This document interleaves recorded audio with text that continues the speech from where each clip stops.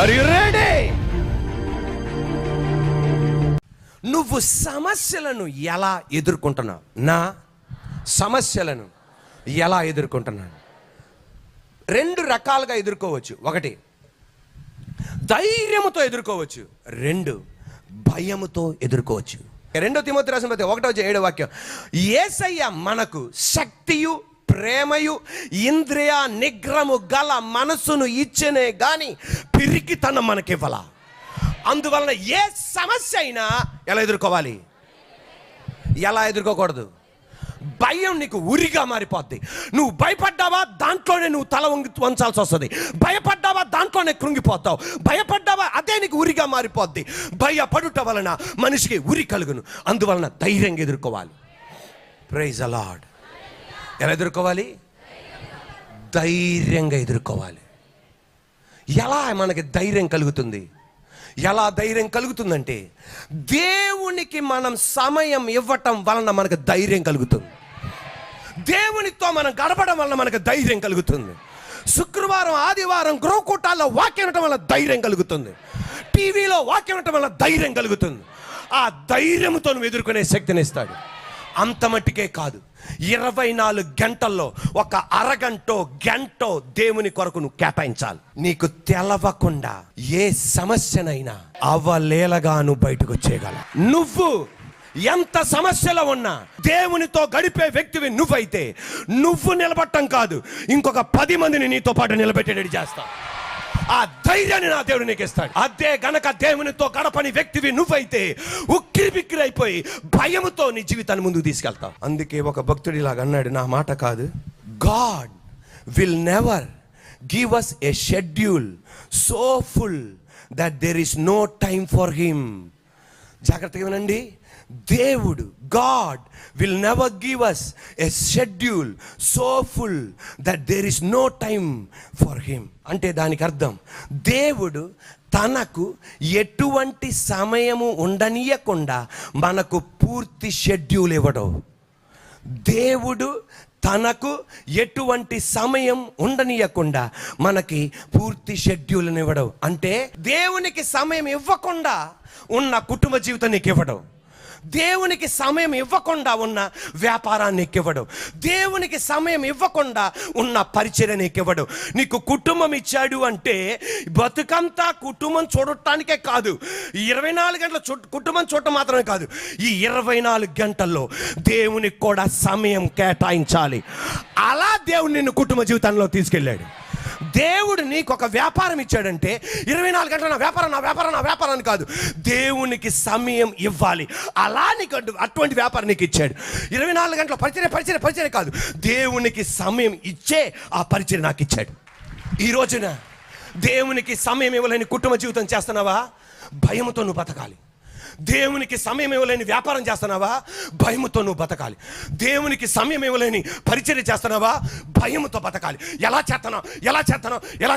భయముతో బతకాలి. కానీ ఎప్పుడైతే దేవునికి సమయం ఇచ్చే కుటుంబ జీవితం చేస్తున్నావో, ఎటువంటి ఆర్థిక ఇబ్బంది వచ్చినా, అవక తోకలు వచ్చినా, నీ కుటుంబం అతలా కుతలంగా మారినా, నీకు ఒక ధైర్యం ఇస్తాడు. నా దేవుడు నాతో ఉన్నాడు, నన్ను నడిపిస్తాడు, నన్ను ముందుకు తీసుకెళ్తాడు. Praise the lord. హల్లెలూయా. దేవునికి ఏమి ఇవ్వాలి? సమయం ఇవ్వాలి. నువ్వు ఈ రోజున సమస్యను ఎలా ఎదుర్కొంటున్నావు? ధైర్యంతో ఎదుర్కొంటున్నావా? భయంతో ఎదుర్కొంటున్నావా? అది నీ చేతిలో. Praise the lord. హల్లెలూయా. సరిపోలా? అది ఎవరి చేతిలో ఉంది? మన చేతిలో ఉంది. ఆయనకి సమయం ఇవ్వడానికి మనం గనక నిర్ణయించుకుంటే, సర్వశక్తి గల దేవుడు వ్యత్యాసమైన పద్ధతుల్లో నీకు ధైర్యాన్ని పుట్టించి దేవుడు కార్యం చేయగల. అపోస్తుడైన పౌలు సమస్యను ఎదుర్కొంటున్నాడు. సమస్యను ఎదుర్కొంటున్నప్పుడు అతను ధైర్యంతో ఎదుర్కొన్నాడు. ఎలా ఎదుర్కోవాలా? భయంతో ఎదుర్కోవాలా. కానీ ఎంత ధైర్యం ఉన్నా ఒక చాటకు వచ్చేటప్పటికల్లా ఏం పోయింది? ధైర్యం పోయింది. ఒక సందర్భానికి రాగల్లా ధైర్యం పోయింది. ఈరోజు మన జీవితంలో కూడా ఎంత ధైర్యంతో ఉన్నా కొన్ని సమస్యలు పట్టి వదలకుండా అలా ఉంటే ఏం పోద్ది?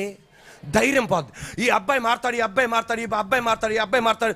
15 సంవత్సరాలకు కూడా మార్పు రాకపోతే, నీకు 70 సంవత్సరాలు వస్తే, ఇక నేను ఇలాగ నా కుమారుడు మార్పు లేకుండా మరణిస్తాను, ఏం పోద్ది? ధైర్యం పోద్ది. నీ కూతురు అల్లుడు విడిపోయారు, నీ కుమారుడు కోడలు విడిపోయారు, ఈరోజు మారుతారు, ఈరోజు మారుతారు, ఈరోజు మారుతారు, ఈరోజు మారుతారు అని 7 సంవత్సరాలు అయిపోయింది. అయినా సరే మార్పు రాలేదనుకో, ఏం పోద్ది?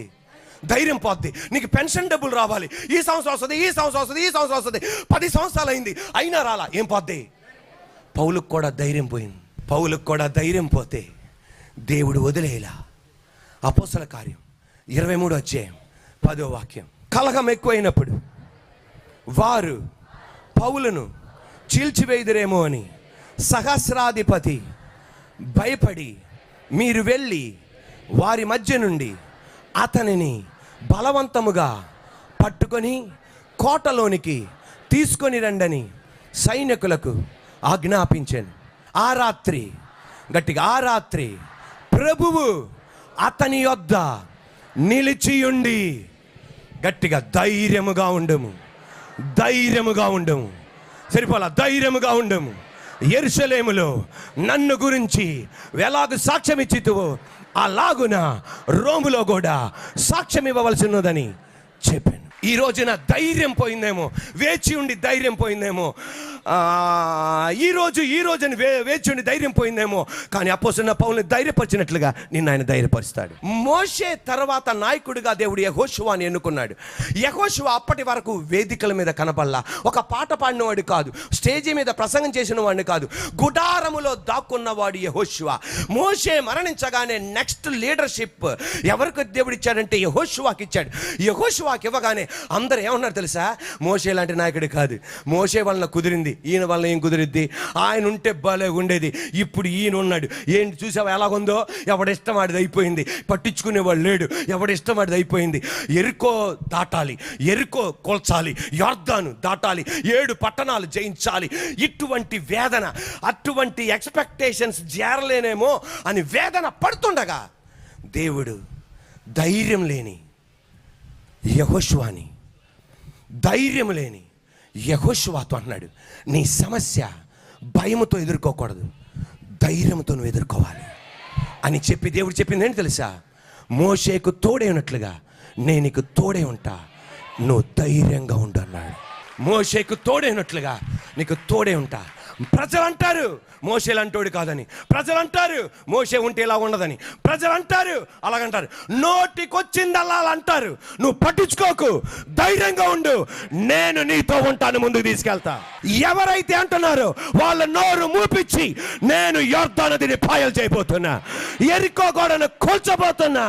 దేవుడు ఏం చేస్తాడో తెలుసా? ధైర్యపరిచాడు. యెహోషువ గ్రంథం 1వ అధ్యాయం 1, 2, 3, 4, 5, 6, 7, 8, 9 వాక్యాలు కలిసి ఒకసారి చదువుదాం. 1 నుండి. యెహోవా సేవకుడైన మోషే మృతి నొందిన తరువాత యెహోవా నూను కుమారుడును మోషే పరిచారకుడనైన యెహోషువకు ఇలాగు సెలవిచ్చాను, నా సేవకుడైన మోషే మృతి నొందెను కాబట్టి నువ్వు లేచి నువ్వును ఈ జనులందరను ఈ యొర్దాను నది దాటి నేను ఇశ్రాయేలుకిచ్చుచున్న దేశమునకు వెళ్ళుడి.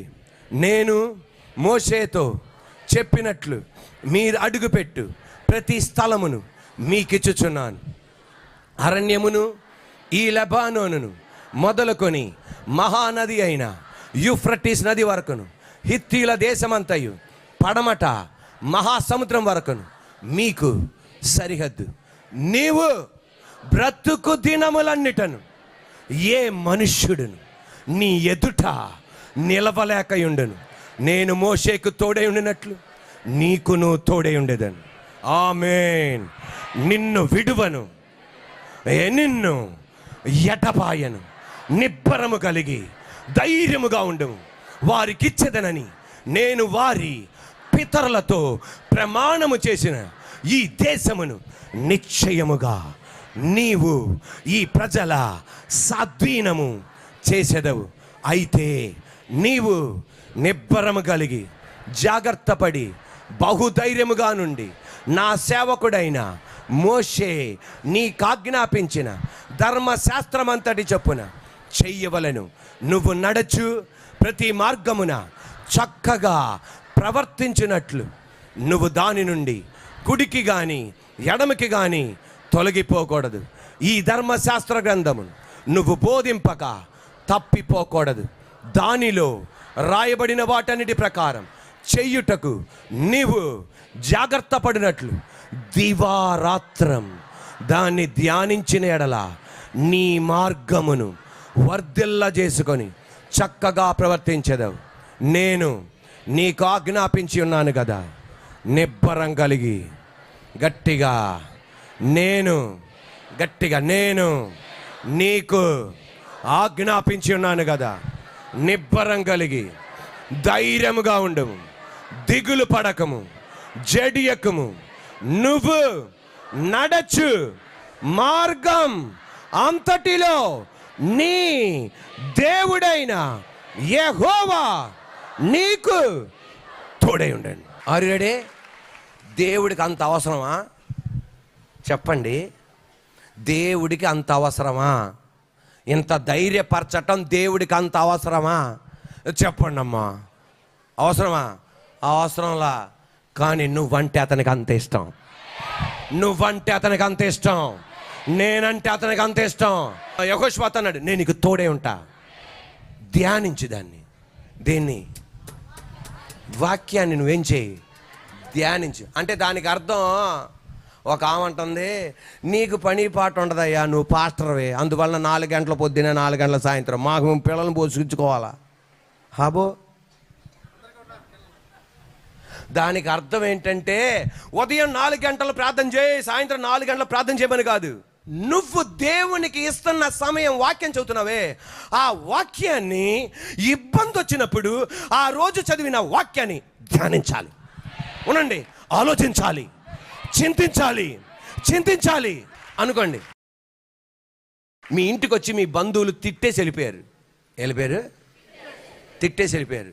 ఎలా ఉంటుంది? రాగానే నీ భర్తకు చెప్తావు, రాగానే పెద్ద కొడుకు చెప్తావు, రాగానే రెండో కొడుకు చెప్తావు, రాగానే పెద్ద కుదురు చెప్తావు, రాగానే చిన్న కుదురు చెప్తావు, రాగానే ఇక ఆపో. ఆ రాత్రి అంతా నీ భర్త ఇక ఆపుతావా? ఈయన శకాకు వచ్చేసింది. అలా వాక్యాన్ని ధ్యానించాలి. ప్రైజ్ ది లార్డ్, హల్లెలూయా. ఆ సమస్య మరలాది ధ్యానించాలి, మరలాది చెప్పాలి, మరలాది ధ్యానించాలి. అంటే ఉదయం 4 గంటలు అంటే అది కాదు. ఇంకా మనకి పనే ఉంది. తిండి పెట్టేవాడు అనుకుంటే, మంచి ఇల్లు ఇచ్చేవాడు ఉంటే 24 గంటలు ఇదే పట్టుకుంటాం. కానీ అలా చేయలేదే మన దేవుడు. ప్రైజ్ ది లార్డ్, హల్లెలూయా. ఎలాగైతే మళ్ళీ దాన్ని ధ్యానించాలి. కారులో వెళ్తున్నప్పుడు ధ్యానించాలి, ఇంట్లో వెళ్తున్నప్పుడు ధ్యానించాలి, ఇంట్లో ఉన్నప్పుడు ధ్యానించాలి. అది నీకు శక్తిగా మారుతుంది, అది నీకు ధైర్యం ఇస్తుంది. ఈ రోజున నీ సమస్యను ఎలా ఎదుర్కొంటున్నావు? ధైర్యంతో ఎదుర్కొంటున్నావా? భయంతో ఎదుర్కొంటున్నావా? ఎలా ఎదుర్కోవాలి? మిగతా దేవుడు చూసుకుంటాడు. ధైర్యం కలగాలంటే వాక్యం ధ్యానించాలి, దేవుని సన్నిధిలో గడపాల. ధైర్యం కలగాలి అంటే వాక్యం చదవాలి, దేవుని సన్నిధిలో గడపాలి. Praise the lord.